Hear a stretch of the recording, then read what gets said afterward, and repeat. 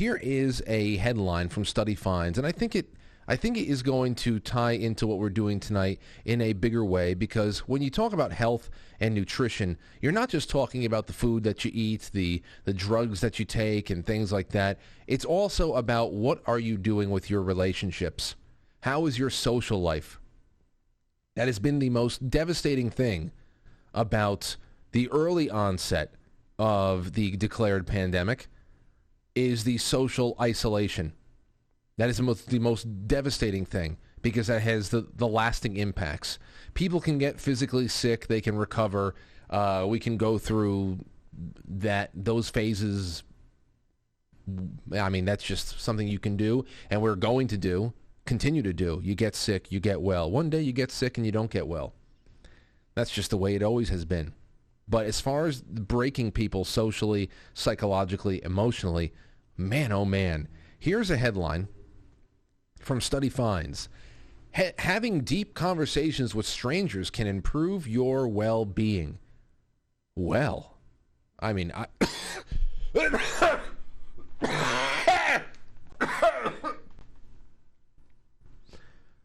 Uh-oh. It begins. Washington.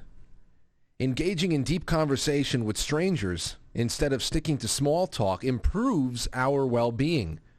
According to a new study, whether avoiding eye contact on a subway or resorting to awkward chit-chat about weather when talking to people we don't know, it's common for people to think a stranger will have no interest in hearing what they have to say. However, new research suggests that most people will actually benefit from having a deep and meaningful conversation with someone that they don't know.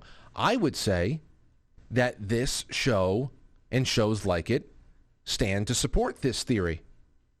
I would say so. I mean, has your mental well-being been improved at all watching this show? Are we not all really just in many ways strangers? But we have a lot of deep, meaningful, and personal conversations. I think that's very important. It's certainly helped me in that way. Quote, connecting with others in meaningful ways tends to make people happier, and yet people also seem reluctant to engage in deeper and more meaningful conversation, end quote, says study co-author Professor Nicholas Epley of the University of Chicago Booth School of Business in a media release. This struck us as an interesting social paradox. If connecting with others in deep and meaningful ways increases well-being, then why aren't people doing it in more often in daily life? Why do you think? Why do you think? Especially the last 19 months. Why do you think? That sounds ridiculous of a question to ask. Talking with strangers more enjoyable than people think. To answer the question, Professor Epley and his colleagues designed a series of 12 experiments with more than 1,800 participants. The researchers asked pairs of strangers to discuss their either deep or shallow topics by asking questions. The shallow questions including typical and cliche small talk topics like, what's the best TV show you've ever seen or you've seen in the last month? Oh, don't ask me that. That conversation will end shorter than you think. What do you think about the weather today? While the deep questions were led by emotions and encouraged the pairs to share more personal and intimate information, such as, can you describe a time that you cried in front of another person? So, okay, now listen, I understand this. Yeah, that is a pretty deep conversation and a question to ask. But there's no way to ask that online at a Dunkin' Donuts. This is what small talk and chit chat pops up. You have a very limited amount of time. If you ask me this, and I'm a very sociable person, I'd probably freeze because I wouldn't know if you were nuts, a fed. I wouldn't know what angle you were working. Or if a crystal ball could tell you the truth about yourself, your life, your future, or anything else, what would you want to know? That's a great topic for a radio show. It's a great topic for a radio show. To keep the chatting flowing naturally, researchers let the pairs think of their own conversation topics. The Before each conversation, the participants predicted how awkward they thought the chat would be, how connected they thought they would feel to their partner, and how much they would enjoy the conversation. After finishing their conversation, they then rated how awkward the conversations actually were, how connected they actually felt, and how much they enjoyed themselves. By the end of the study, the researchers found that that both interesting and dry conversations felt less awkward and led to greater feelings of connectedness and enjoyment than the participants had expected. That particular effect tended to more significant after deeper conversations, and although most participants overestimated how awkward the meaningful chats would be, they found them more enjoyable and felt a stronger connection to their partner afterward. Yes. So do strangers really like hearing deep thoughts? In another controlled experiment, the participants who had a deep conversation with one partner and a boring with the other partner initially expected to prefer the shallow conversation, but actually preferred the deep conversation.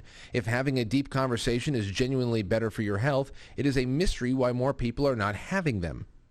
Because they're being taught that that stranger is a biological weapon.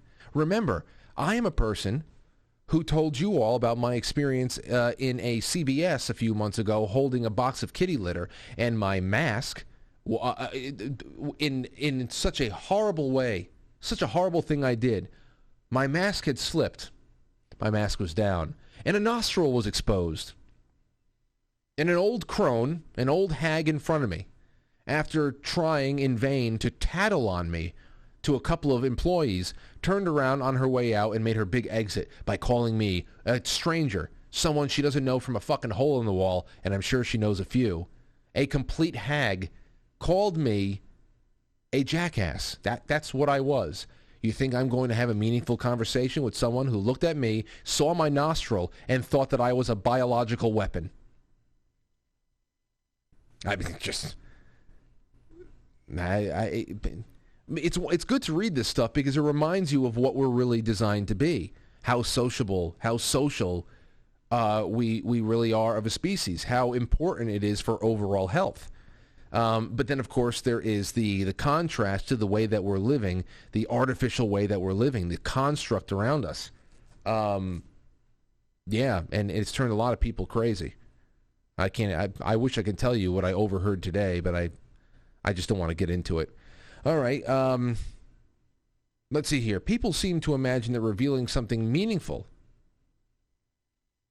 Where is this? Another control. Do strangers really like it? Mystery why more people are not having them. The researchers suspected it might be because people underestimate how interested strangers are in learning about their deeper thoughts and feelings.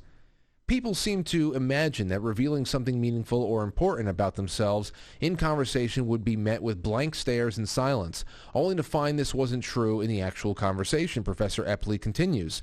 Human beings are deeply social and tend to reciprocate in conversation. If you share something meaningful and important, you are likely to get something meaningful and important exchange in return, leading to a considerably better conversation. This is pretty much the mission statement for, quite frankly, the importance of sharing. Moving past the small talk, in the final experiments, the researchers examined whether having more accurate expectations about a conversation's partner increased people's interest in having a deeper conversation. In one experiment, the research team told the participants to imagine that they would be speaking to a particularly caring and interested person or to a particularly uncaring and uninterested one. Participants who expected they would be speaking to the caring person chose to discuss deeper questions than participants who expected to be speaking to an uncaring partner. Our participants' expectations about deeper conversations were not woefully misguided, but they were reliably miscalibrated in a way that could keep people from engaging a little more deeply with others in their daily lives, the study's author concludes, which is really interesting there, because it's almost like the whole Truman Show situation in the movie itself, and of course how it applies to our lives, where You work overtime to dissuade somebody from going to the opposite side of town, from going on a vacation too far outside of the state, from talking to those people at the wrong side of town, or don't talk to those people. They're racists and bigots, and you want to figure out what the hell's so bad about them. When you're encouraged that people you have never met are going to be incompatible with you just because it goes a long way. It instills prejudices and biases that are as we can see, passed down in a generational way. So that's generational mental illness, because it forms a complex. Our participants' expectations about deeper conversations were not woefully misguided, but they were reliably miscalibrated in a way that could keep people from engaging a little more deeply with others in their daily lives. As the pandemic wanes and we all get back to talking with each other again, being aware that others also like meaningful conversation might lead you to spend less time in small talk and have more pleasant interactions as a result. Well, I'm sure that I was watching the Yankee game last night, that was so pathetic. Thankfully, I didn't spend I used to watch 162 games. I saw that go up in smoke like that in other years. Holy shit. That was pathetic. But whatever. And I hope that Phil Nevin loses his job, the third base coach. I hope that as of today he is employed and he has he's begging on the street corner, stripped of all of his his employment, and given rags and a tin cup. That's it. Go out, Phil. Horrible base running mistakes. But that's besides the point. What was I even saying? Oh, so I'm watching the Yankee game, and these commercials are going on, all vaccine commercials, and talking about how, we're getting back to the vaccines are the way to enjoy New York City again. And even in the commercials, you have people in dance clubs, they're supposedly in dance clubs having a good time.